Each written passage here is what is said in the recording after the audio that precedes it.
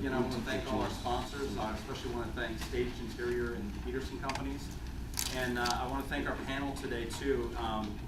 And I especially want to thank Jerry Berman for kind of spearheading this for us and putting this together. He's invested a lot of time and effort in it. So thanks, Jerry. Great. It's actually been fun seeing a bunch of new faces, and it was fun when we first did it a couple years ago. My name's Jerry Berman. I'm area president with MI Homes. Been in the home building, new home building industry since 1980. So it's been a few years, and it's really an exciting business, and I think you'll see from everyone here, probably most all of you in the room, the reason we're in the business is because we get to do something really important. We take care of families, and we'll hear a little bit more about that today. But young and old, anyone who stays in the business more than 5 years probably has that same feeling, taking care of people, and it's an important thing you're doing. I always look at it, maybe just to make myself feel good through down times and all, that after maybe your religious leaders and your medical practice, we're the most important people out there. I mean, that's one way to look at it. Anyway, if you could introduce yourself. Sure, I've got a new perspective on home building. That's inspirational. But I'm Jack Gallagher. I'm the Mid-Atlantic Division President for Richmond American. Managing between Virginia and Maryland. We've got about 22 actively selling communities right now in the region. I've been with Richmond American my whole career. Started out in land acquisition in Colorado, and it was in Southern California, and then Phoenix. So kind of done the full tour of duty with the company before coming back east. Been out here for about 7 years, so this is definitely home for my family and our 3 little ones. So I share a lot of Jerry's sentiments, honestly, and especially coming through the land side. For me, a lot of what excited me about the industry is building communities, and really, we get to be the forefront of the planning process of laying out, subdivisions and really being mindful of how these families not only are going to live in an individual home, but how collectively they're going to live in a community as a whole. And to me, that's very meaningful. It's why I love doing what we do. And one of the most rewarding things about sticking it out in the industry, as Jerry mentioned, if you're in it for 5 years or longer, you can go drive through a subdivision, years down the road and just look house by house and look at what you had an individual impact in doing. No matter what your role is, whether it's purchasing or sales or lending, you all are a part of community construction. And it's nice that we have an industry where it's something tangible that you get to experience down the road versus just kind of working with numbers or software. So it's what I love about the industry is seeing the fruits of all of our labor come to life and seeing families live in the neighborhoods down the road. So over to Diane. And I agree with Jack. I'm Diane Basheer, and I've been in the business a number of years here in Northern Virginia, native of Richmond, but came to Washington to work for the government. However, my entrepreneurial inheritance said, no, get out of the government and go do something that's on your own and that's more creative and to be on your own. And I think being a home builder and running a team and establishing a team, leading a team of employees over the years, seeing their families grow is just as important to me as seeing our customers. So home building, though, for me started in the 1980s. I've seen the Washington, D.C. area grow over those years. I'm a former president of Stanley Martin Companies and founded my own company, Basheer in Edgemoore, in 1995. And over the years, I have been a part of many, many communities, and some of the early were in the Peterson Companies building, and I was part of the early Burke Center, one of their first major projects. So I've seen these large PUDs develop all over Northern Virginia, and I've seen Fairfax County grow to a population of over 1 million. And now we really and truly are a metropolitan area, not just a sleepy little government town. So I enjoy what I'm doing, and looking forward to a great new year and working with you all. And welcome to the industry if you're fairly new. But on the other hand, I see a lot of familiar faces, and thank you for coming this morning. Good morning, my name is Rob Fisher. I am chief cook, bottle washer, pretty much everything for Fisher Custom Homes. I started in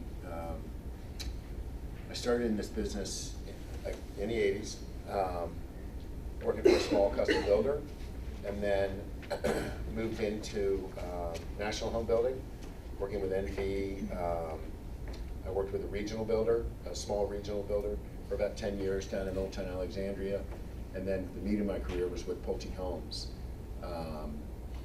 where I finished up in 2010.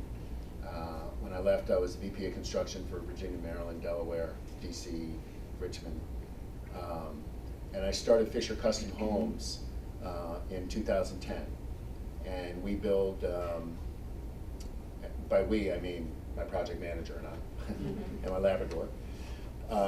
We build about somewhere between 4 to 8 houses a year. Infill development, where we're tearing down old houses and building new, mostly Vienna, McLean, Arlington, Falls Church, those areas. So I have a unique perspective, and then I've kind of worked in all three, in that sort of small regional builder, national builder, and then small custom home builder. Okay, thank you. Yeah. The audience here, how many have been to more than just this session? Oh, wow. That's awesome. So most good percentage of you. And just to get a feel for where everybody works, how many work for home builders? How many work for engineers, either civil or environmental? So a few. How about subcontractor suppliers? Some more there. I know we have a few bankers in the room. They jumped us early. We got a couple bankers in the room. What else do we have here? Lawyers? Lawyer, real estate, broker, sales? Permit management. Permit management? There's no realtors in the room? No, really. Great, we can have a good time. Don't have to worry about offending anybody. Landscape architect. What's that? Landscape architect. Landscape Okay. architect, an important function in our business. And I think, yeah, Merchandising, model home. model home merchandising. Yeah, and a great supporter of MVBIA and Homemade. One thing we didn't mention in the prior sessions was being part of a class like this, or participating in an MVBIA event, and maybe a chosen event, is a great opportunity for anyone who's not a home builder to gain access to home builders. One of the hardest things we know to sell your product or your service to a home builder is getting access. Home builders tend to use the same people for long periods. They have loyalty, which is a good thing. So getting your foot in the door is a hard thing to do. And coming to these events definitely becomes helpful. But you need to make it your business to introduce yourself, exchange business cards, and then you can give Jack a call, or myself, or any of us here. Seriously, we may not be the right person to talk to, but we'll introduce you to the right person within our organization. It's one of the harder things to do, because a lot of times, unfortunately, you don't get a phone call back, you have a hard time getting through, or you get a phone call back from someone who's not the right person. So thanks to all of you for coming. This session is about the nuts and bolts, really, of home building, which includes everything past buying and developing the land. We now have a finished lot, which the last two sessions really addressed, and we're lots of different kinds of home builders, big, small, regional, national, but we all do the same thing. We might do it a little bit differently, but not a lot differently. And this is about that. This is the nuts and bolts of it, where we actually have to create, build, sell, and deliver a home to a customer, and then take care of them afterwards. So we could start off with one of the earliest steps, which happens really early on in the process, usually when we're looking for land, product planning and development. Diane will help us with that. And if you have any trouble hearing, just raise your hand. We have a mic up here, but you know, most home builders are loudmouths, so probably Diane's not. But, I can stand up. all right, Diane. Well, the subject of product planning, as Jerry mentioned, really starts with the decision to buy the land or the lots.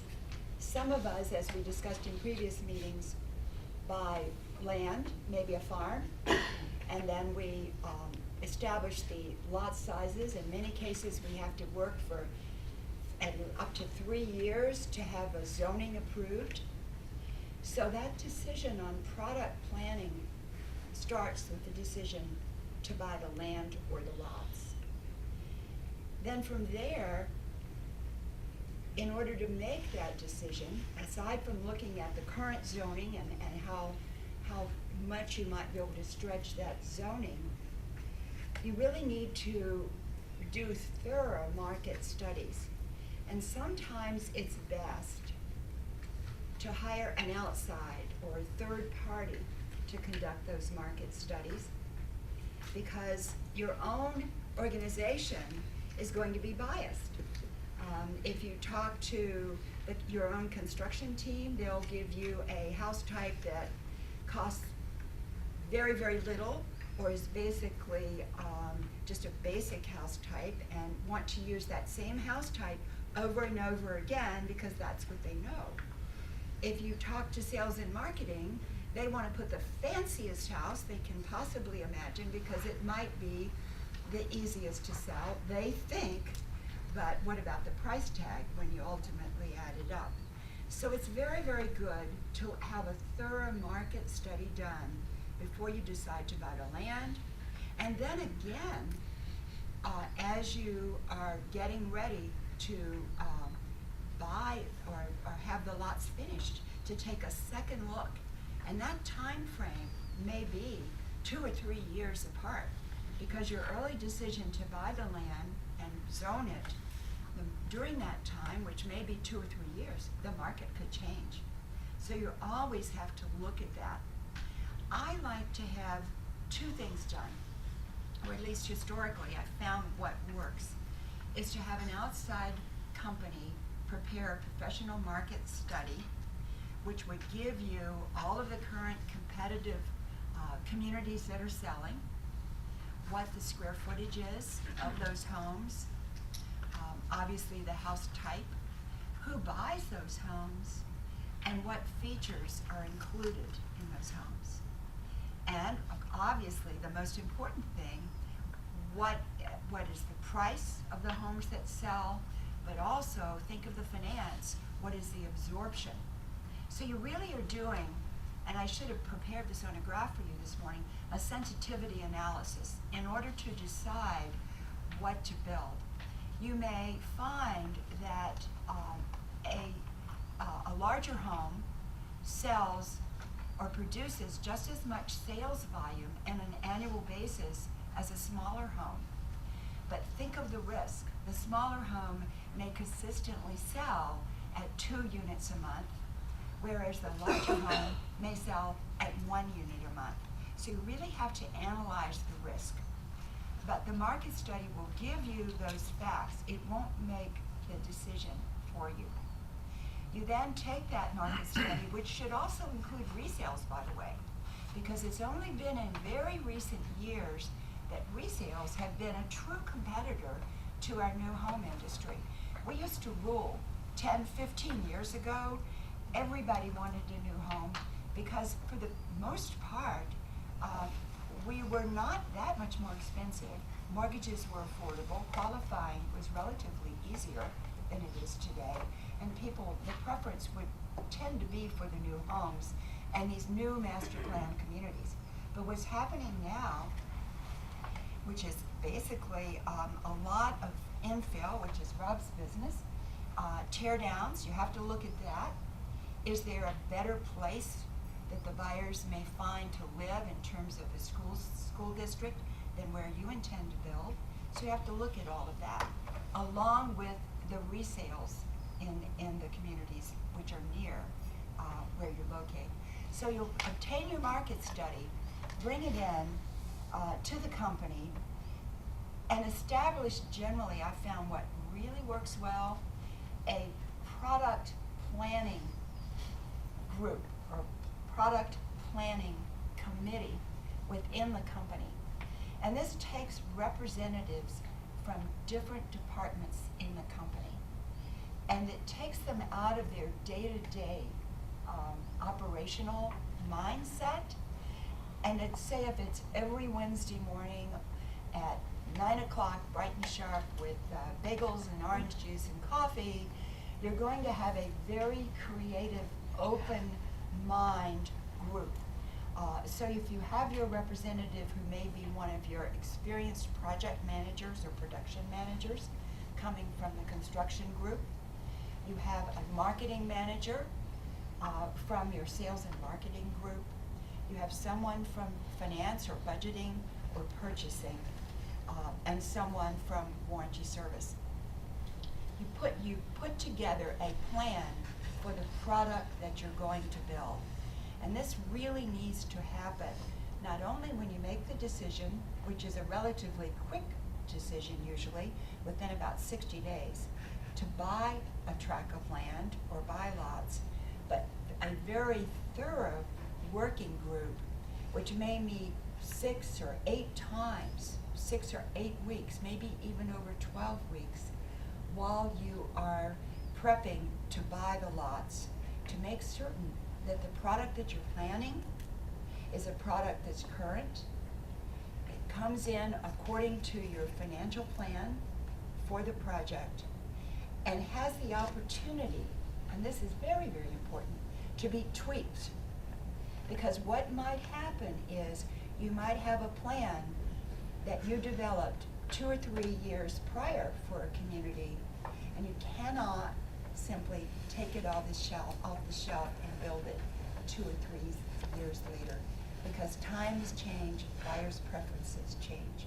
So it takes, I think, and in my experience, at least 3 months, about a good quarter of constant work for a project planning group or committee to come up with their recommendations for the project, to get a final plan of what homes you're building. It may be 3 or 4, which home or homes you're going to model.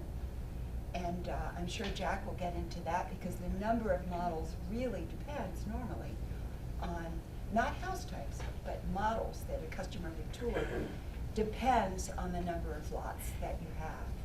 So this project planning group is a very creative group.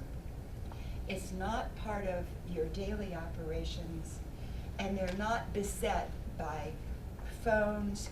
And in fact, in many cases, I've recommended that our group just leave the phones outside the room, so that they're not constantly distracted by what somebody said or who didn't show up on a job. They have an open mind. So in my experience, that's the best way to get the most current product available. And the team members really are best. It builds a good camaraderie within the organization, and it gives people who may not be the division head, but maybe just under that level, maybe in line for a very senior management position in the future. It gives them an opportunity to interact with other members of the organization. Such details here, like options or specifications, are developed during that time as well. Question? Yes, Rob, how would that process change in a small company when you're doing infill, when you don't have departments with multitude of You know, it's funny, I was just sitting here thinking about that. That's one of the things I miss the most about national home building, is having all those different disciplines in-house. Right. I have a network of realtors that I reach out to. I just designed a new product that was very narrow lot, and then I made the decision to eliminate the formal dining room. So I ran it past about 7 or 8 realtors. I've got a group of other builders who I am pretty friendly with. I've got some other builders I'm not so friendly with, but yeah. So I'll bounce it off of them. You have to kind of go outside, outside of your network. Well, yeah, my network. Like I say, I got a project manager and a Labrador, so and she loves everything. But so you have to expand and talk to your industry contacts to get that feedback. You know, I think what Rob's saying, we would all agree with, that the end result and the proof in the pudding is, does the public think that what you build is correct? Is it a good value? And we find out very quickly. When we start selling and no one buys, we knew we screwed up. And that happens. If we start selling and it goes way faster and it does better, then the public is telling us. So reaching out to people, everybody knows about housing. Everybody's lived in a house. Everybody has an opinion. So you could walk up to someone on the street in the neighborhood. What do you like about living here? What's the best kind of home? Everyone has an opinion, and you want to be able to come to a decision that's going to satisfy most everyone's opinion. Hard to do. It's very difficult, but it's also very creative. There are some basics, though. We've built in Fredericksburg. We still have lots there. And as I mentioned, I'm from Richmond. Well, there seems to be a line, and I don't know whether it's true in Richmond anymore, but for many, many years, no one wanted a basement there. And then when you got to Fredericksburg, which is halfway between Richmond and Washington, you had to make the decision as to whether or not you should build houses with basements in Fredericksburg. And when we started our community in Fredericksburg, we really did a lot of homework, a great deal of homework, to finally make the decision that our market, and this is why the market studies are so important, our market is going to be pulled, really determined by people who would drive from, say, Prince William County or Northern Virginia to Fredericksburg to get a larger home. They're about $200,000 less generally in the Fredericksburg area, and they would demand a basement. So these are the types of local decisions that need to be made as well. I think one of the decisions that we are still not, in addition, Rob, to the dining room, one of the decisions we're still trying to make is, what is the true demand by families, not just move down folks? What is the true demand for families who have children who are growing for first floor masters? In some market areas, such as Atlanta, and I know, Jack, you would know this very well, you just don't build a home unless it has a first floor master. Yet in Northern Virginia, I just completed a community of 60 large homes. We offered a first floor master. It was one of the 4 plans. And out of 60 homes, we sold 3 first floor masters. Did you model it? We did not model it. Now, that could well be the merchandising, the modeling, the presentation. Buyers do tend to buy what they see. And if they can live and envision themselves living in that home, then that works. But on the other hand, perhaps our first floor master wasn't good. You know, you have to admit making these mistakes, and so you try and try again. So we're just opened a community. We've got a brand new master.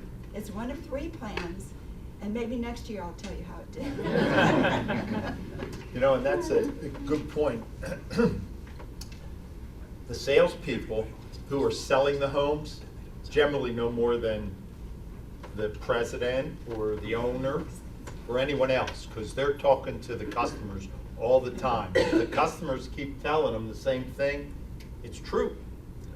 Now you got to make sure your salesperson's alert to that, but you really want feedback. So it's a lot of people who get into that process, and if you have to change your plans, you have to change them, because you have such a large investment in this community that you need to keep it going and not just hope that it will get better.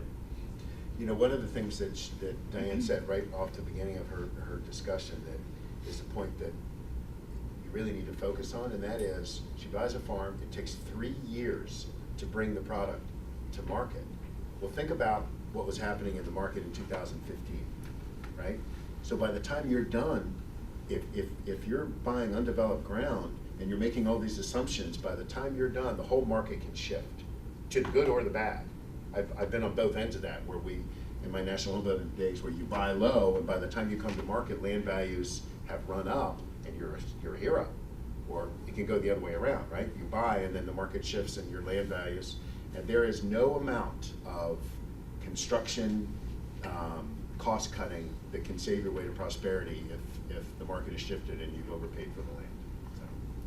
So that's a huge challenge, I think. So I have a question, as national builders, when you're building a community, are you building a community, I work for a local semi-custom builder, and when you build a community, are you building a community in hopes to capture those people who want that house type?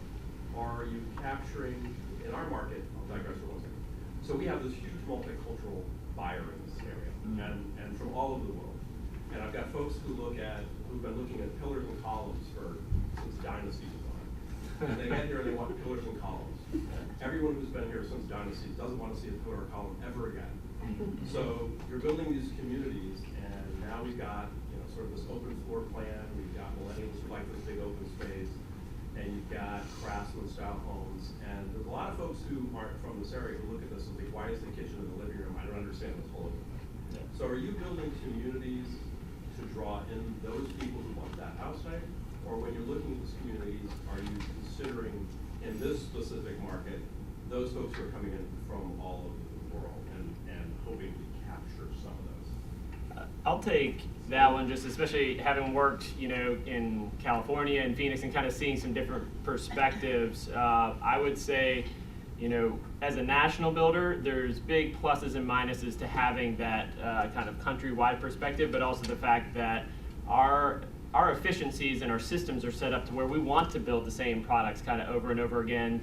But we also get to learn from market dynamics, and we're stealing a lot of ideas from our California divisions, because they are very much a multicultural demographic in Northern California, which is very different than the buyer profile in Southern California. And definitely the Mid-Atlantic region has a lot of different segments that if you're not catering to that, you are missing a chunk of the marketplace. And to tie kind of your question to something Diane mentioned, in my mind, product has to be what you are after when you're looking at a land deal. You've got to be focused on what the buyer demographics of that submarket are demanding, and buy the land around product that works. And as somebody who used to sit in the land chair, it is an easy pitfall to fall into, to say this land deal is available, here's the lot sizes, and here's the product that fits, that makes the deal work. And you're often going to be leaning towards something that is not necessarily what the demographic in that submarket is demanding at that point in time.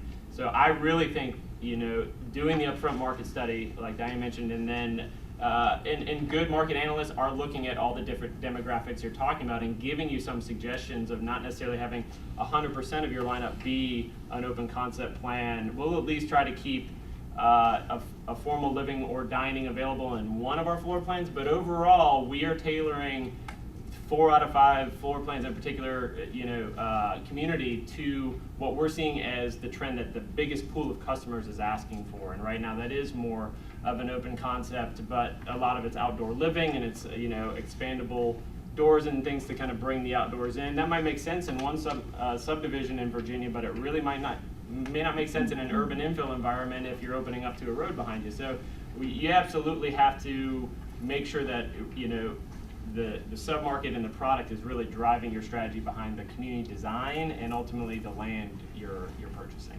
And I think to add to that, it's not different for a regional or local or national builder. We all want to focus on who do we think the buyer is and what the buyer wants. And we never make decisions with 100% knowledge. We just don't know. So the more information we can get from more people who are smart, the more likely we are to make a good decision on what kind of product will work in that area. And different companies do it different ways to some degree, but the focus is the same. You look at Toll Brothers and they're great at creating a community, but when they create a house plan, they're doing the same thing we're doing. They're trying to figure out the people who we think are going to buy in this area, this community, will like what. We don't want to force feed them, and we want to hit the broadest market we can. So in case we made a mistake, we still got sales, or we can get more sales because 80% of the people like what we did. It's a numbers game to a great degree, and we're always guessing. We use the word guess, estimate, all the time. I think one good source, though, for information is to start tracking. If you attend or get any of the programs from NAHB, they have excellent seminars at the National Convention, which will give you overviews and market trends. And then, of course, our own NBBIA and local market organizations that are market study groups will present this. Generally, you'll find these offerings here in the local area at least a couple of times a year that will bring you up on more statistical trends, who's buying, what the employment factors are. You really need to determine, as everyone has said here, who your buyer will be, rather than just put a product out there and hope that they will come to buy it. Overall, Washington throughout the years, this entire area has tended to be a more conservative area. And California really has led the way. And we look to California for trends, but we don't immediately incorporate everything. We have to keep a little bit of that traditional, more conservative approach. Many people who come here will look for that in Washington because we're the nation's capital. So they're not looking to move here and move to a seafront resort type of atmosphere. It's what works here. All right. Thanks. Home sales and marketing. Now we know the perfect product because we're that smart every time. And now we got to sell it. Well, I am going to stand because if my sales and marketing directors found out I gave a sales and marketing seminar, sitting down, they'd throw a book at me. So I am going to kind of walk you through really some high-level fundamentals of the questions you need to ask yourselves up front, the things you need to be thinking through as you're establishing your sales and marketing strategy for a new community. Specifically, these 4 bullets are what I'm going to highlight. It's your model home and the decisions that go into selecting the models you're going to build, overall your marketing and advertising strategy for the community. I'll give you a snapshot of what the overall new home selling process is. This will be tailored a little more towards production builders versus Rob being on a custom basis. I'm going to be focusing on kind of a traditional community where you've got 25 to 100 lots or so, and then overall kind of show you what for at least a production builder what a typical sales and marketing team structure looks like.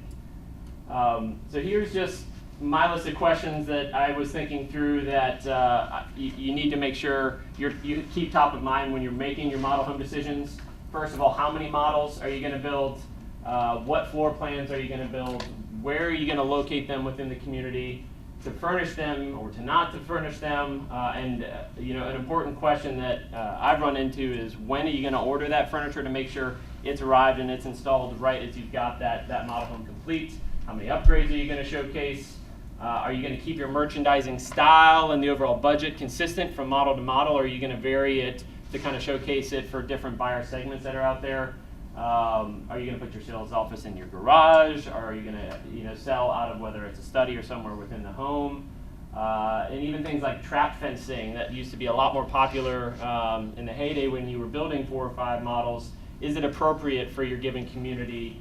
And landscaping and hardscaping around the model, and whether or not you're going to keep your driveway in place or you're going to do landscaping with a pathway. These are all the kinds of things you need to be thinking through when you're making those upfront decisions. So these, I would say, are your top 3 decisions to make with models. Is model count. The decision factor, Diane had already mentioned that we really look at is lot count. That's a predominant factor that's going to come into play. I have generally used like a rule of 50. If I'm building 50 homes or less within a subdivision, I'll generally only do 1 model. If it's more than 50, I'll likely bring in a second model. More than 100, we're actually, for the first time really since the peak of the market, we're looking at doing 4 models in a subdivision we just settled on last week out in Stevens City. We're going to do a complex of 4 because we're building actually affordable product for first-time buyers that we know really want to see, feel, and touch exactly what it is they're buying, because it's their first home purchase. So we're building, single level plans and 2 level plans of both collections, just to make sure we're really showcasing kind of how these homes are going to live. So Can I jump in just for a second? Part of that decision is the cost of having a model. It's very expensive to have a model home, both from building it. You might spend on decorating that model. Decorating's an old word.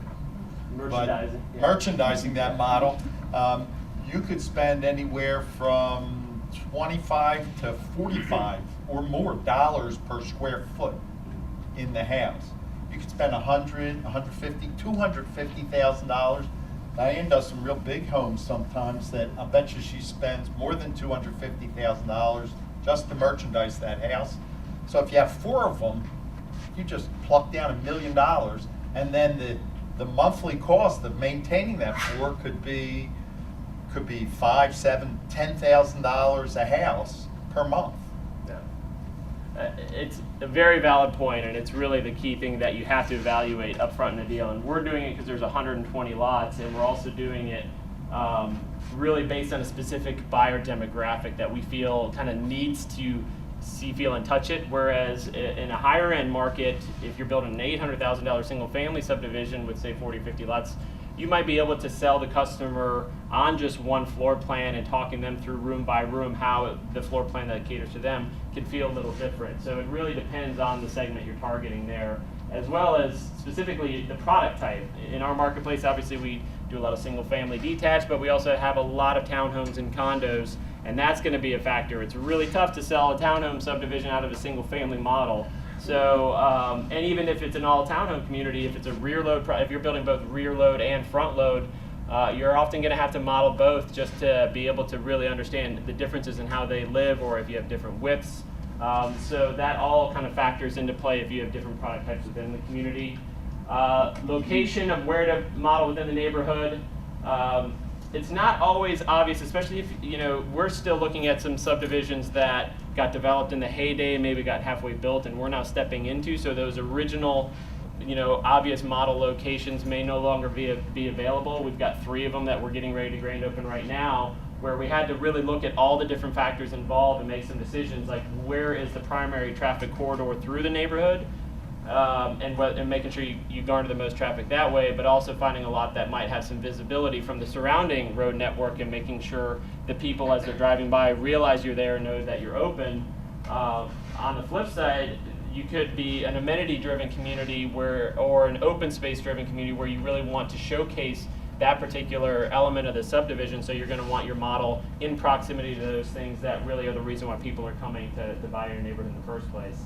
And overall, what you need to look at to choose the floor plans you're ultimately going to model, first and foremost, you want to look at popularity. Every quarter I run a frequency report out of our system that actually shows across our division. I can look at it even across the country for our company, the percentage of particular floor plans, how they're selling, and right next to that is their gross margin. What is their profitability? So you want to balance both of those items and make sure you're going to model a plan that historically has been popular if it's a repeat, and making sure it's a profitable plan. Again, that's kind of more on a production basis. If you've gone through the design process that Diane was highlighting, really you want to study your market, study intently, and just say, where do I think the deepest pool of buyers, if I'm going to design 4 floor plans, where do I think the deepest pool is to where if I'm going to model it, I know I'm going to get the best bang for the buck to showcase that.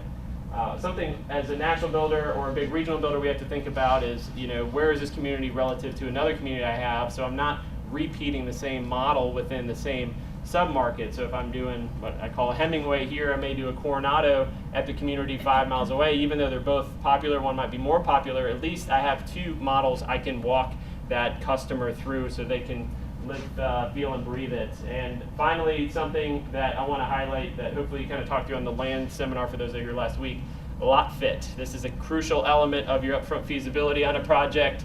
Don't fall into the trap of saying this floor plan is so popular, everybody loved it, we modeled it down the street, it was a great floor plan, we're going to model it again, and then you actually get your lot fit back after you pulled the permit and started the model, and it fits on half the lots or a third of the lots. That's I bring it up because it's happened. He's never made that mistake. Never, absolutely not.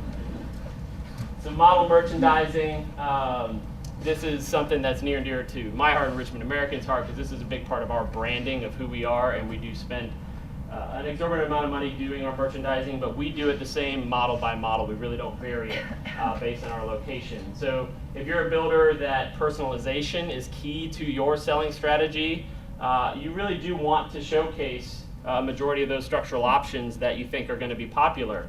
It does mean putting a lot more investment into the model home, and it does mean that you might be showing some things that not everybody can afford. But for us, in our approach of how we sell, you have much better odds of being able to sell that particular feature if it's there to showcase, and we strategize how we sell around that to make sure we're not overwhelming them. But other builders have an approach of maybe everything's included, or they're selling packages like an A, B, or C option package. If that's your approach, you really don't want to go overboard in how much you're showcasing, because you really want to limit it to exactly what it is that's included, or one of those various options that you may be selling. So there's not a right or wrong way to do merchandising. You really just, based on if you're working for a builder or you're involved in consulting with the builder on this, you just got to tailor it to their overall strategy of how they sell. And something to keep in mind is certain builders will pay particular attention to what that buyer segment is in that submarket and make sure they're merchandising in a manner that's going to feel at home or conducive to that particular segment. For us, one thing, we have to be mindful of this at Richmond American, because our lead time for our merchandising is 3 to 4 months. We're often building our models faster than the furniture can be purchased and arrive. So it's amazing, but as soon as we're going under contract and we've essentially committed to move forward with the project, we're actually making all the decisions as it relates to what options we're putting in the models, because we have to lock and load that so that our merchandising team can get all of the design completed and get that furniture ordered. So it is just an amazing game of chess to get all the pieces to align at the end, and it often works out, but it comes through a lot of diligent effort and coordinating, making sure you get that model home completed right around the time frame in which that furniture is scheduled to arrive.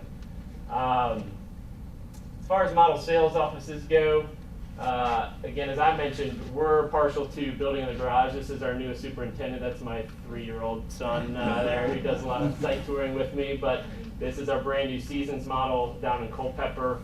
Seasons is our affordable brand. As I mentioned, that we're heavily focused on bringing product to the marketplace that is catered towards first-time buyers.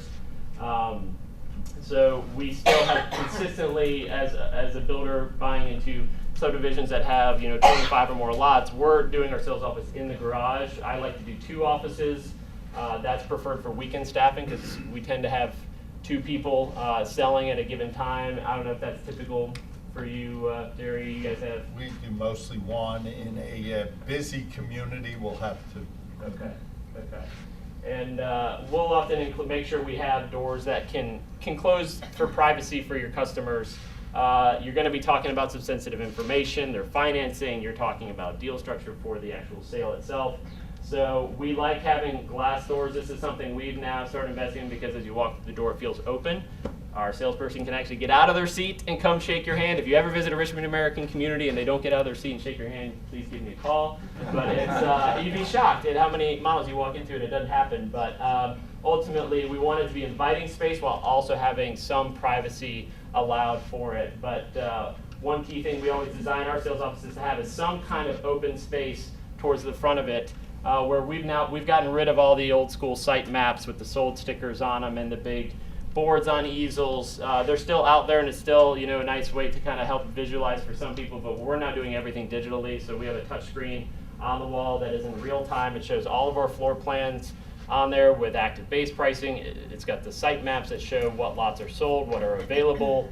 You can click on it, it'll show the lot premiums, all those things. So you're able to really do a nice cohesive pitch to your customers right there, kind of on one screen in one location. And we do that before we take them through the model. We want to establish some rapport up front with the customer, find out what their needs are, so that when you actually start your true model tour with them, you know what elements of the home to point out and what to look out for. So, Jack, question, don't want any trade secrets, but yeah. The cost of doing a garage like this, if you're in a community that has 25 homes, you're still setting it up the same way as a community that has 300 homes. But the cost is the same. It is. And it's a lot of money.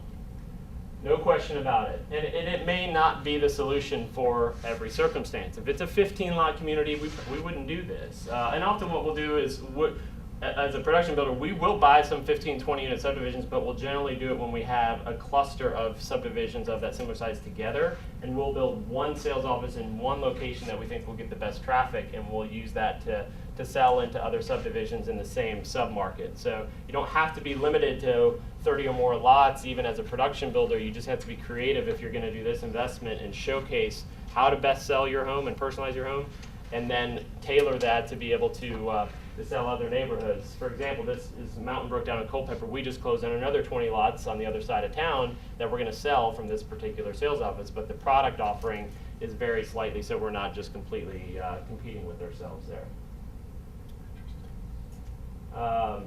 Some highlights on how we do some on-site marketing strategies.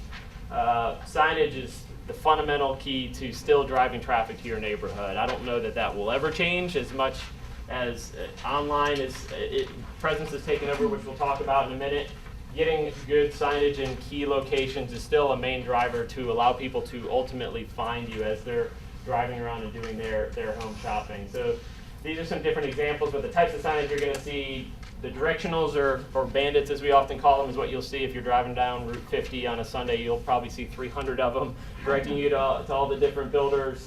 But there's a strategy involved there of laying it out with your signage company and making sure you understand where those key locations are going to be to get visibility and to drive people to your neighborhood. You're going to have some type of community entrance sign that looks similar to what you see here, at least kind of points you into the neighborhood, lets you know you arrived, and we use these little kind of circle alerts, if you will, that tells you some critical message, whether your grand opening, whether it's your final opportunity, whether you have a new model. You can it's an opportunity to catch a buyer's eye as they're driving by and deliver some kind of quick, cohesive message there.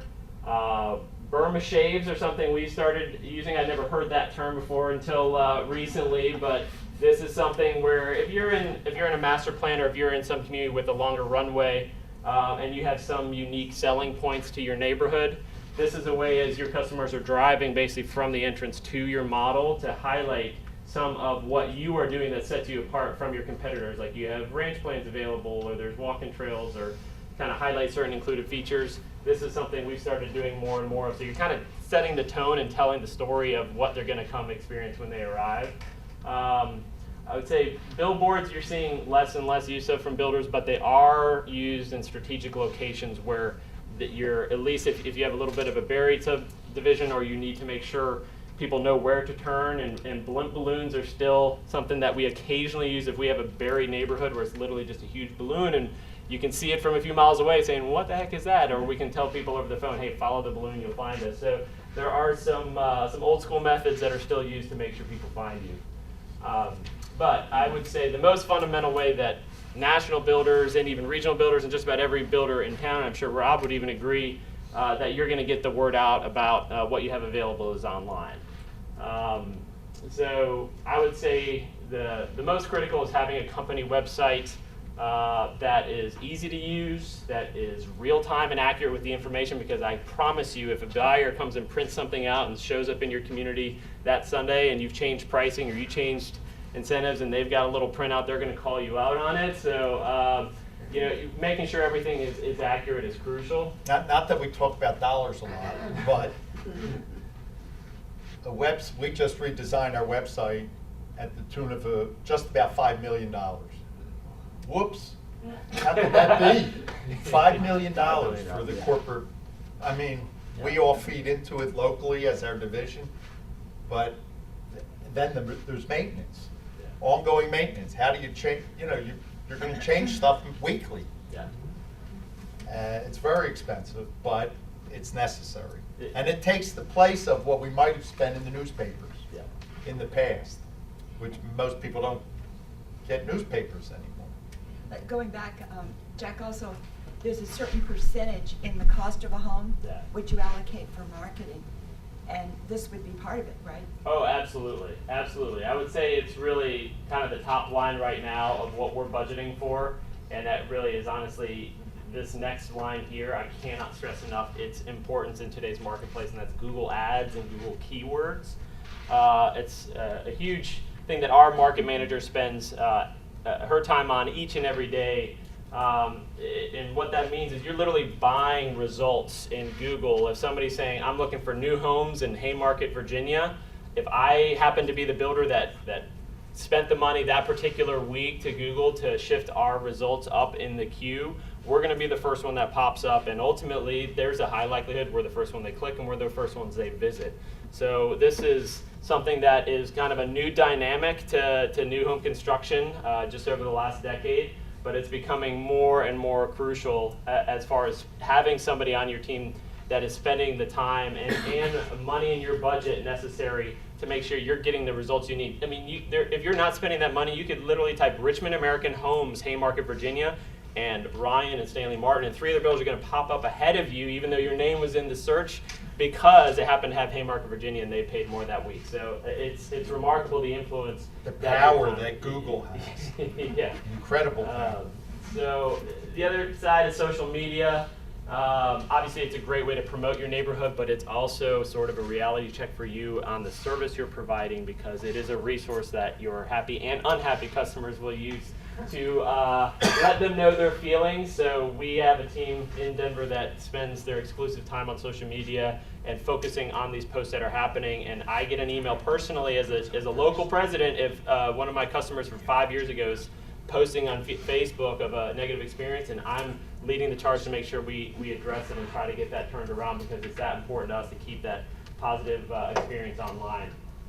Email blasts. CRM is a tool that some of you may be familiar with. It's essentially a sales resource that our sales team is implementing their leads into our database from people who are either coming through the door, the realtor database, but you're basically building a digital platform to then do email blasts to send out promotional ideas, to send out marketing materials if it's a grand opening.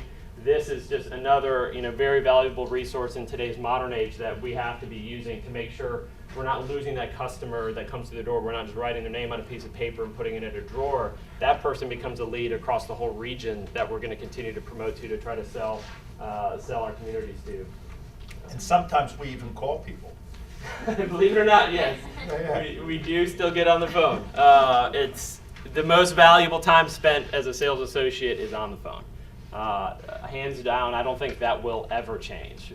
You have to be doing these other fundamentals, but it's easy for our sales team to get buried in just doing that and doing emails. If you lose that face-to-face and voice contact with your leads and with your realtors, you're not going to be successful. So the key point is making sure that voice contact is the follow-up to any digital connection you've got with your customer base.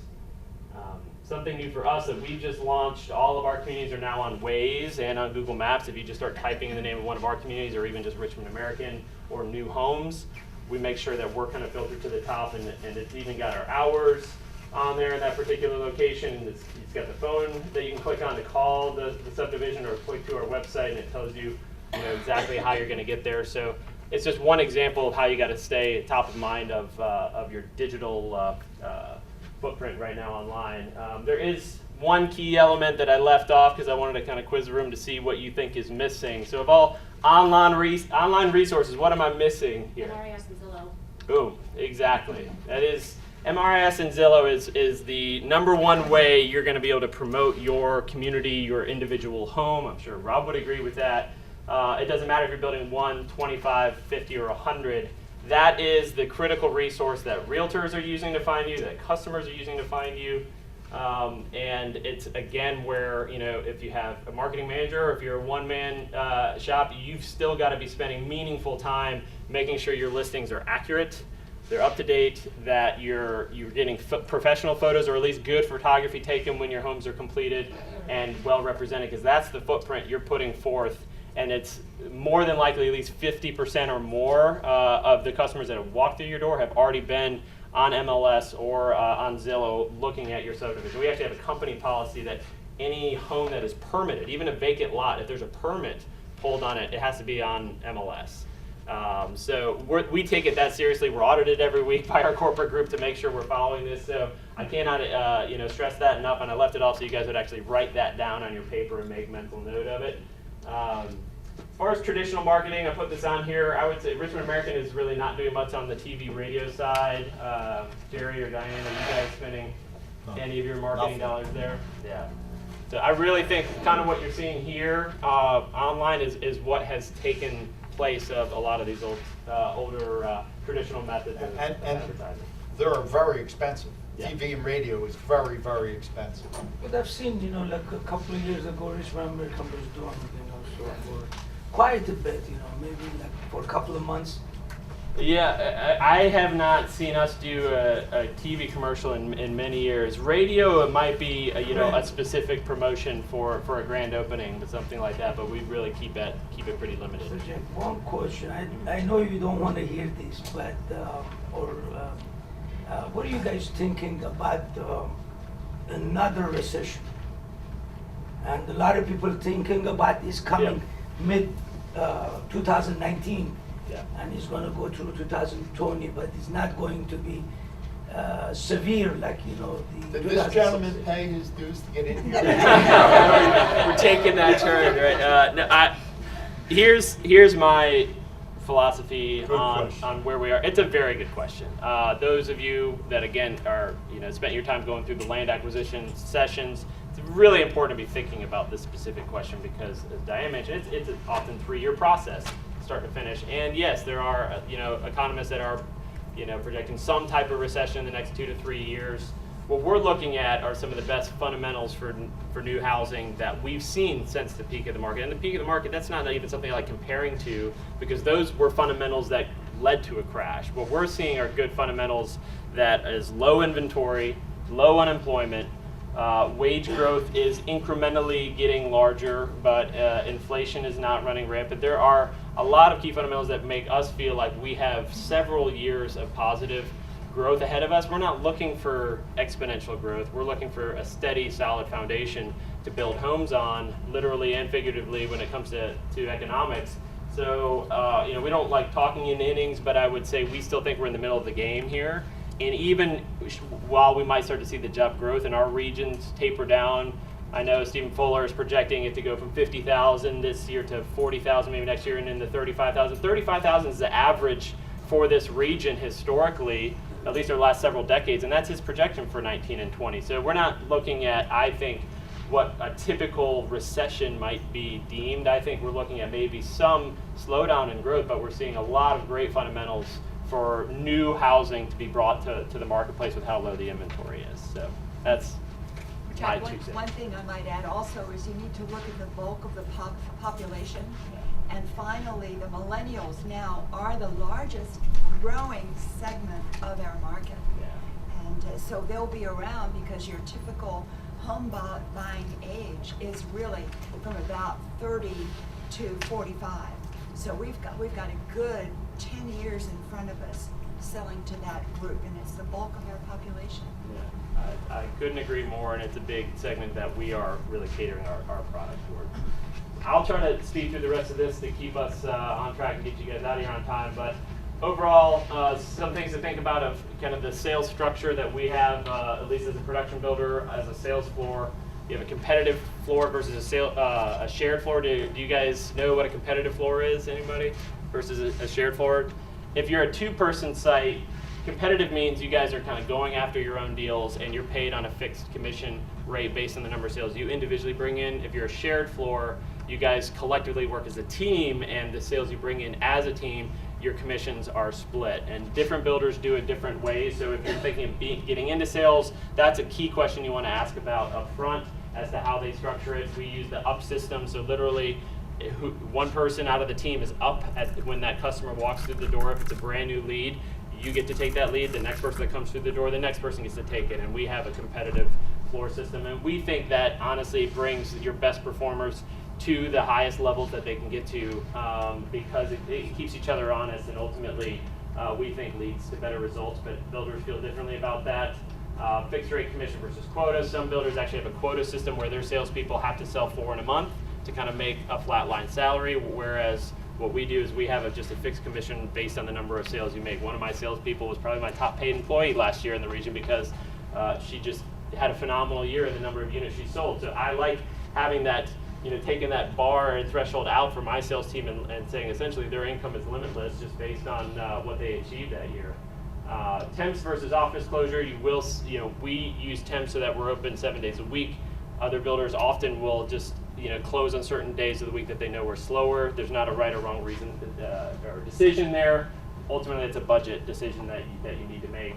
Structural options versus design center. So what that means is our salespeople are actually the ones that are selling the structural design of the house up front at the point of contract, and we have a designing team that comes in on the back end and sells the finishes. Some builders might actually have their salesperson sell all of your interior finishes on site in the basement or through some kind of package process, selling kind of A, B, and C. So that varies by builder. Associates in training is something we do where we'll actually hire somebody that may not have a lot of new home experience, but they come in and they train underneath an associate, and once they get 2 sales, they get promoted into an associate position if they can pass certain criteria, whereas other builders it does not end there. Sales does not end at the contract, because at the end of the day in new home construction, it's a 5 to sometimes 8 month relationship with that customer just before that, that initial point of contract until you get them settled. And there's a lot that has to be done that sales associate manages in between. We require weekly follow-up, weekly phone calls with our superintendent and our salesperson with each customer to resolve their ongoing concerns, make them feel like they're not out of the loop of what's going on. And then this one here, track loan approval. I can't understate the importance enough, or can't overstate it enough, of how much we rely on our sales team to communicate the status of loans progressing through your backlog. If there's any issues, I don't want to be building a $700,000 house for a customer that just has a pre-qual letter and that's it, that isn't qualified. So we make sure our buyers are getting loan commitments early on in the process, really within 30 to 45 days after they contract, before we want to carry that home all the way through to completion. And then the sales team really helps facilitate the walkthroughs. They schedule settlement. We do something special where we have them actually deliver a branded Richmond American key on the day of settlement. They get their keys from the title company, but we give one final special front door key to them to kind of have that nice touch point. But the crucial item is that they continue to communicate with that customer at least through that first 30-day process, where you can often lose customers if you're not having that point of contact right after that. That's a critical time frame to make sure you're still touching base with them and making them feel like they're part of the process. Some things we hand out at our sales centers, I think there's kind of 2 stages to getting buyers to commit. You have to convince them to buy new versus resale. Resale really is your top competitor still in this marketplace. So we kind of highlight a lot of what's better we think about new construction versus, we call them used homes, to try to really drive that point home. We don't say resale, we say used, and then really driving home the energy efficiency. In today's marketplace, it's a big point of what these buyers are saving in energy costs by doing new home construction.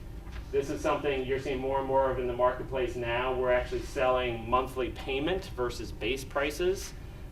because at the end of the day, people are budget minded and trying to say, hey, when I look at that home, can I afford it? And not everybody can do the mental math saying if that's $300,000 or $400,000, can I afford it or not? So we're even putting banners in front of our seasons models that say monthly payment. They don't even say anything about pricing. And then we kind of hand out sort of a start to finish process to try to take that unease about what that new home build process is going to be. We try to lay it all out for them right at the get-go.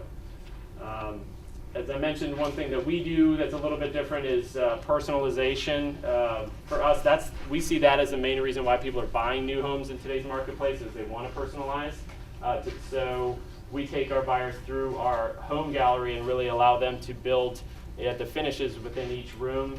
It's crucial if you have a home gallery type approach that you're updating those finishes and color schemes and product offerings at least on a 6-month basis, if not quarterly basis, to make sure it's staying refreshed.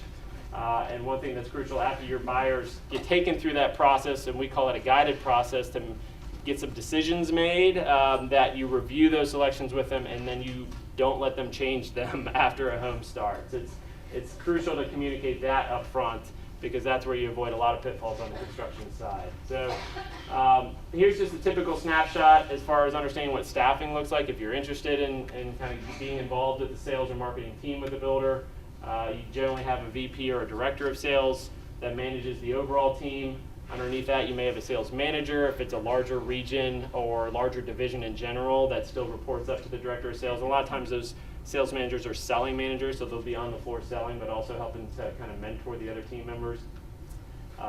Crucial for, I think, larger builders to have a marketing manager for a lot of the reasons we just talked about. You have your traditional sales associates, your associates in trainings or assistant, and then we have a sales coordinator in the office that really facilitates a lot of the paperwork and making sure that contracts are ratified correctly and that everything is delivered that we need to actually accept and ratify a sale. And then for us, we also have design consultants that take them through the finish sale process. And of course, everybody in this room is in sales, one way or the other. If you're a part of a home builder team, you're on the sales team.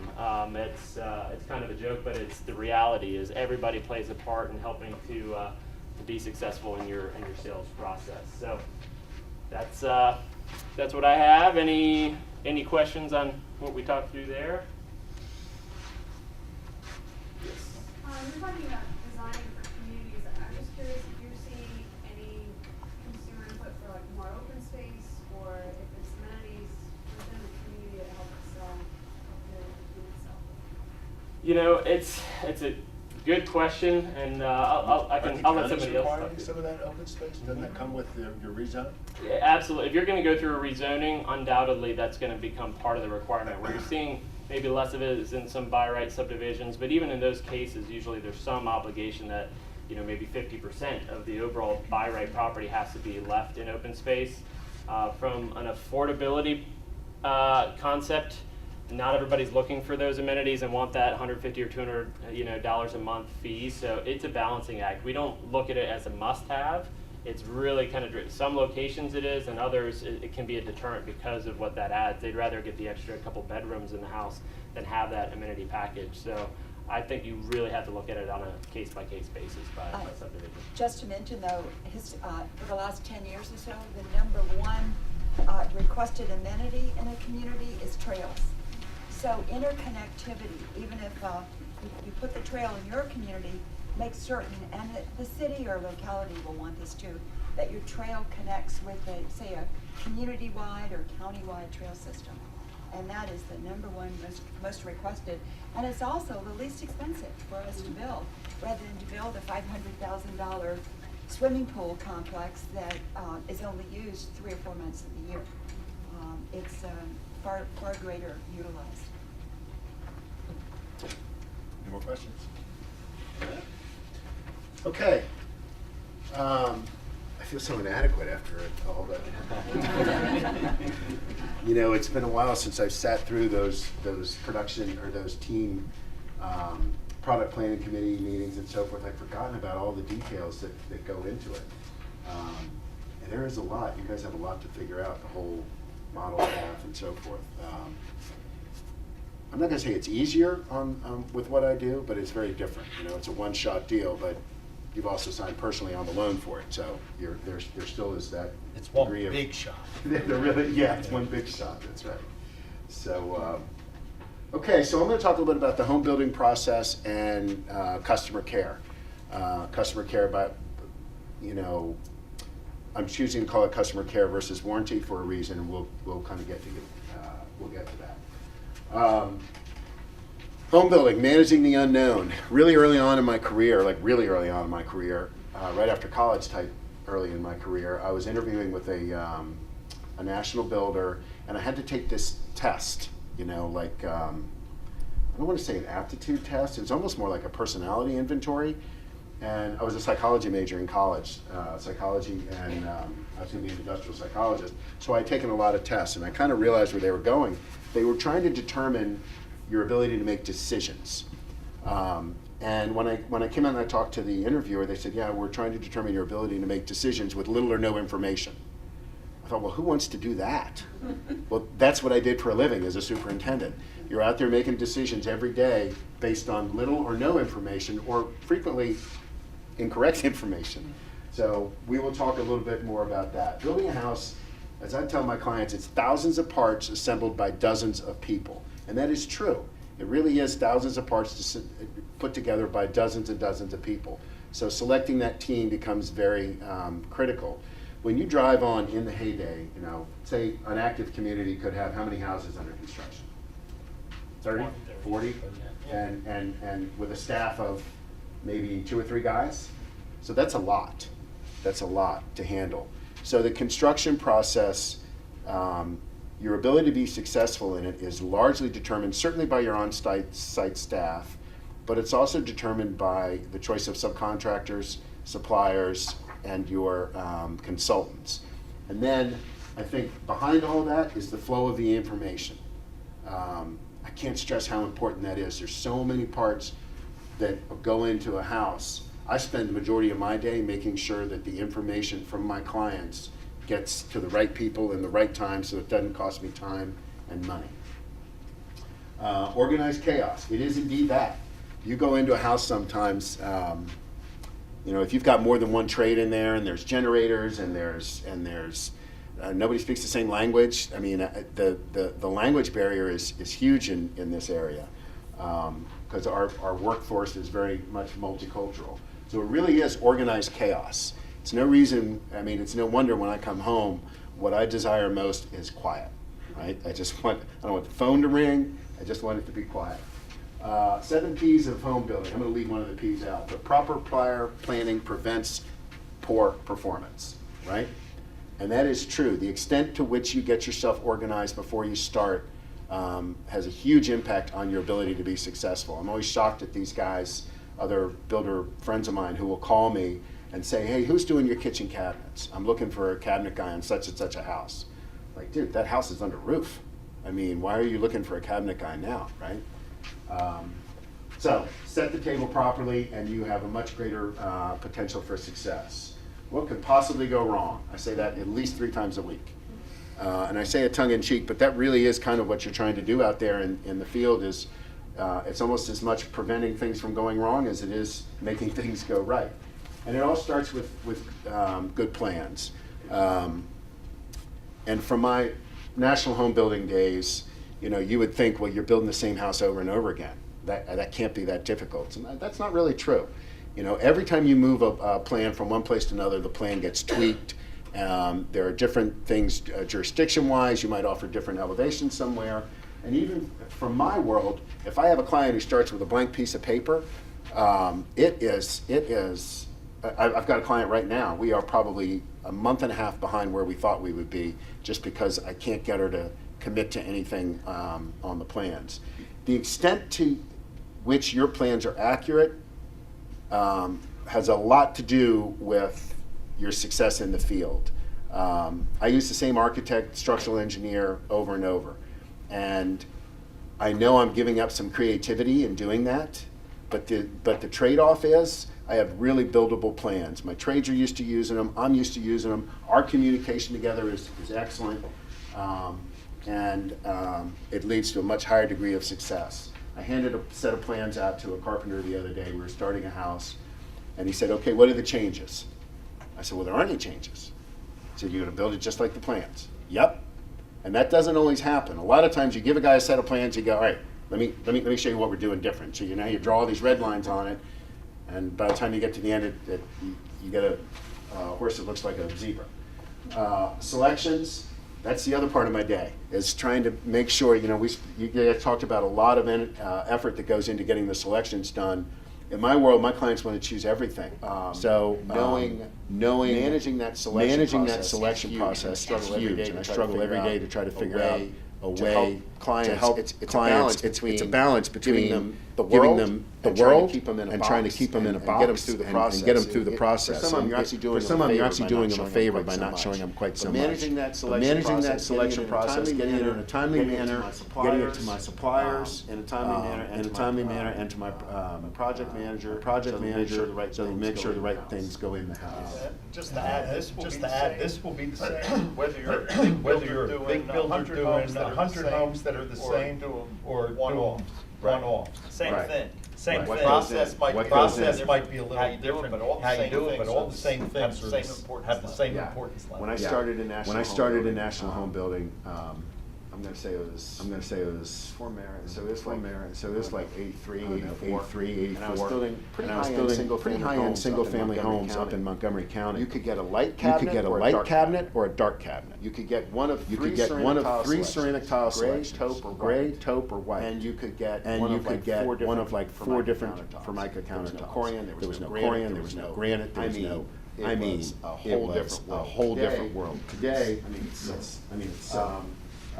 site conditions. Site conditions are a huge determining factor for me. That's where you can run into your greatest cost overruns. I was thinking about your question about who do I go to when I'm trying to figure out a product? Who do I go to when I try to figure out my site conditions? Who do I go to when I try to figure out what I'm going to sell?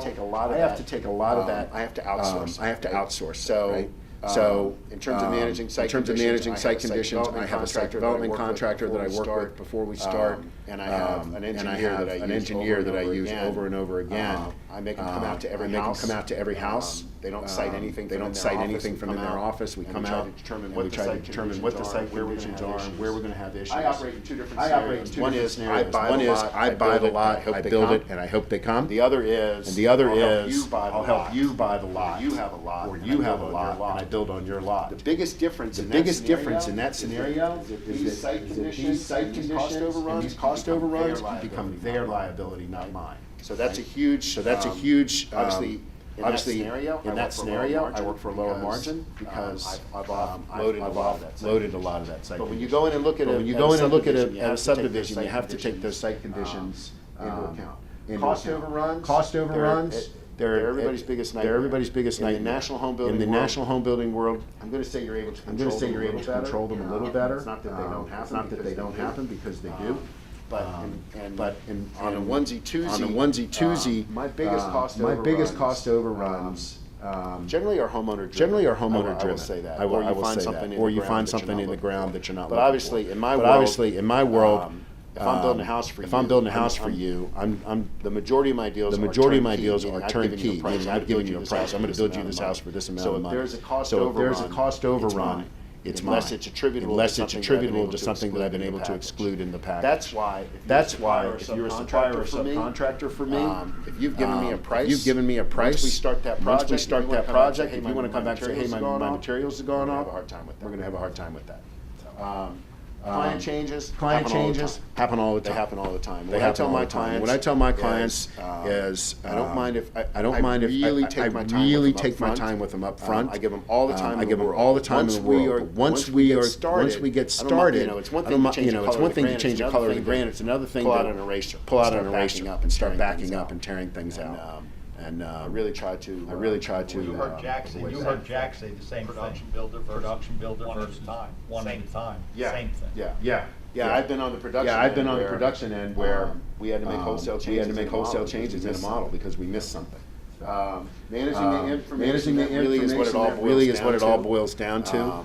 And the national home builders, they have a lot of proprietary systems, right, that you've created, how you manage the information flow, and how you manage your schedule and so forth. I'm not quite there. There are over-the-counter packages that I can use, but honestly, it's hard to take the time. It's hard to take the time to stop and find one that works. To devote that kind of energy. To devote that kind of energy to that. So managing the information is huge. Build process. I mean, it's an old. Taught a lot of young superintendents. You got to have an activity every day. You got to keep the job moving. Just as large single family. What are your days under construction? What are your average days under construction?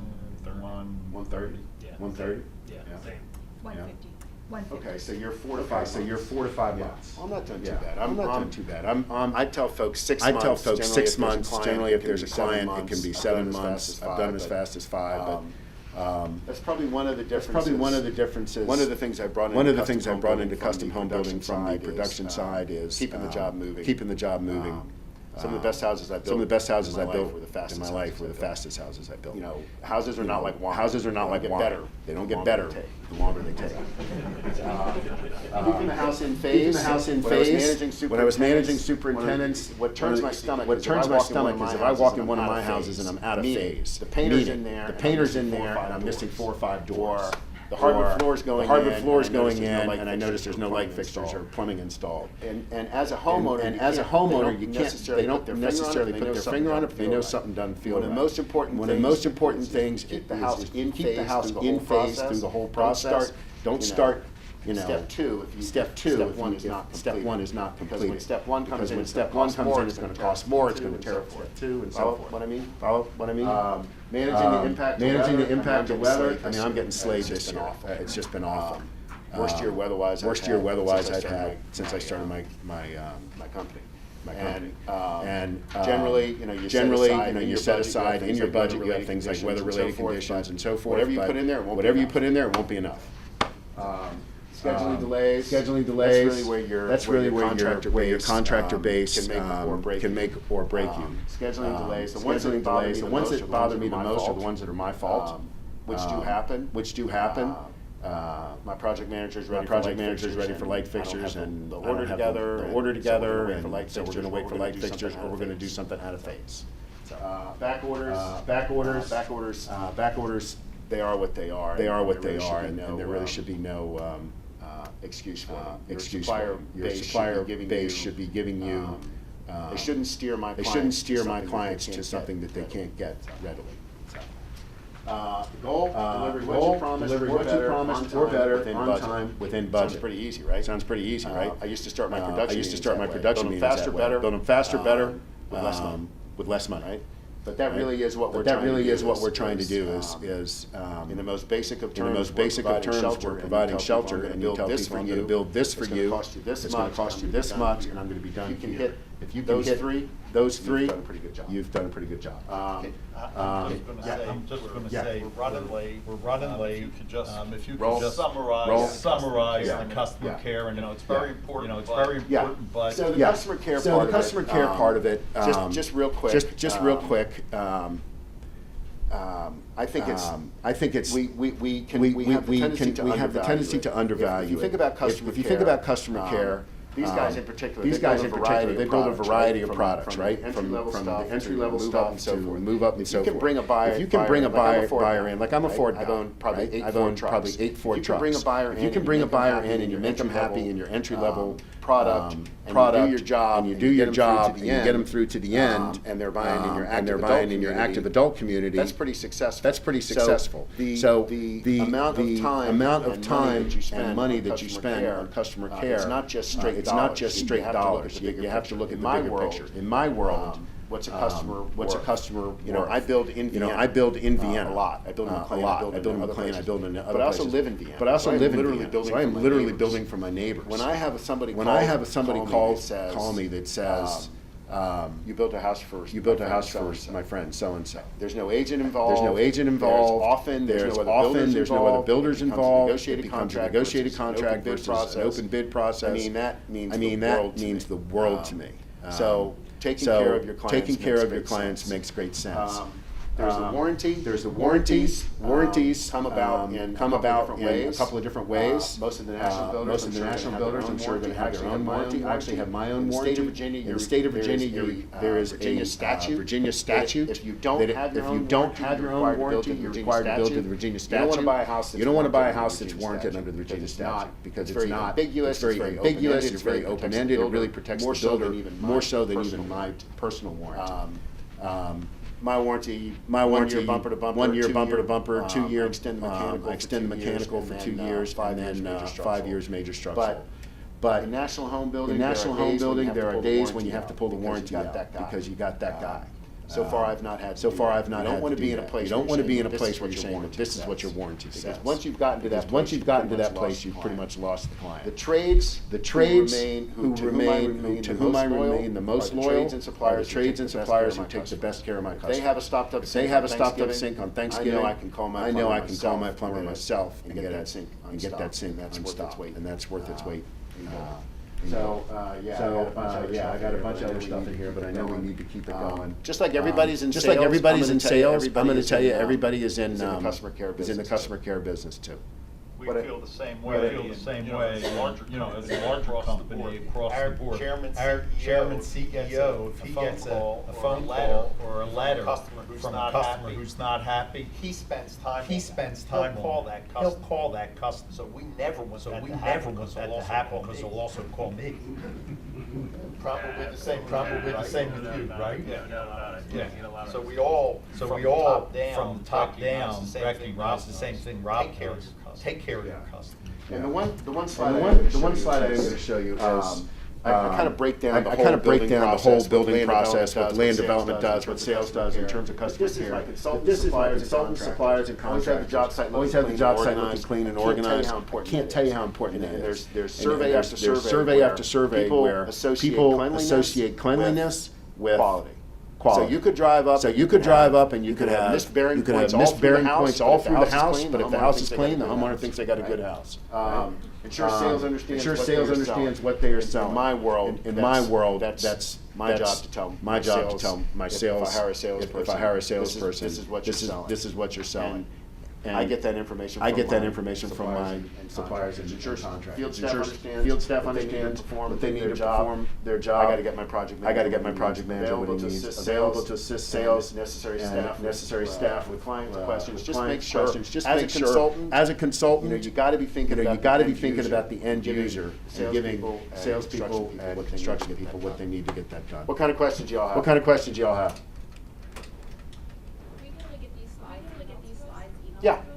Yeah, sure. I'm sorry to have to rush through that. But. All right. Well, I'm going to rush through tracking results of operations in about a minute. We've talked. I think through what we've done. The importance of the dollars. None of us are here. If we're not making money, you got to be profitable or you're out of business.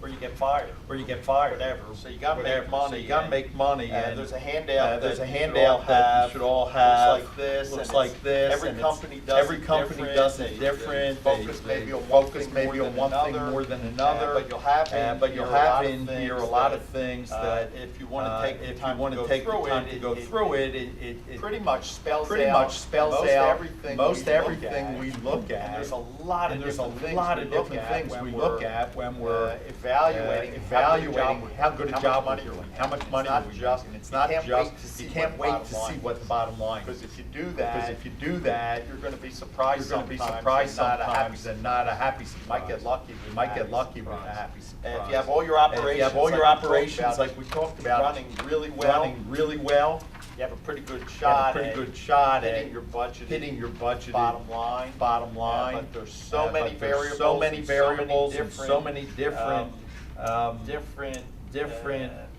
things that affect whether you make money or not.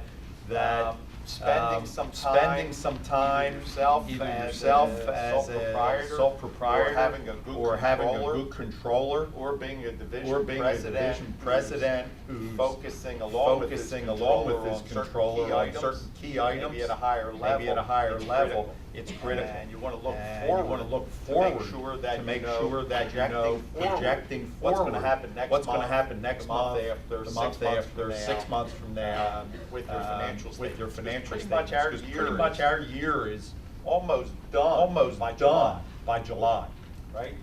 right? If you don't If know you where don't you're going to be, know where you're going to be, most of your starts most are of in your the ground starts by are in the July ground for by your July year-end for your closings. year-end closings. Maybe June, You know, maybe August, June, maybe but August. Pretty much but there. Pretty So much you there. gotta keep So track you of got to that. keep We're track on a of that. quarterly We're on a basis, quarterly basis as a publicly traded publicly company. traded You're on a company. quarterly You're on a basis quarterly also. basis. Some of the also. builders Some of the look at their builders look at their financials monthly, financials very monthly strictly. very And strictly. they have to provide And all they have sorts to of provide reasons all why you're sorts not of hitting reasons your why you're budget. not hitting your budget. Either you do it for Either yourself, you do or it you for have yourself, or you have above someone you above requesting you it. requesting it. But the planning process, like we talked about, has a huge has a impact on huge how well impact you do on going how well you forward. do going Know forward. where you're going to be. Know so where you you're can, going to be, so you can. what could go what could go wrong. possibly wrong? Everything. Everything. And it's And certainly it's true. Certainly so the true. more, So the more planning you do, and planning you do, and the more you try and look out into the future, the better chance you have of being able to react before it's too late and you wind up not getting to where you want to be. Are there any questions about the financial side, or any of the other things we talked about? We said we'd be out of here at 10. It's a little after. Questions? I'll ask a question. If there's anything you think we could have done differently through this process in any of the classes you were in, if you could send an email to MVBIA about it, just anything at all, because we're always looking to improve the program. This is not the first time we've done it, and I hope that it was better this time than it was the last time, but it's really from you we'll find that out. So thank you all for coming. Appreciate it, and we'll see you next time. Thank you.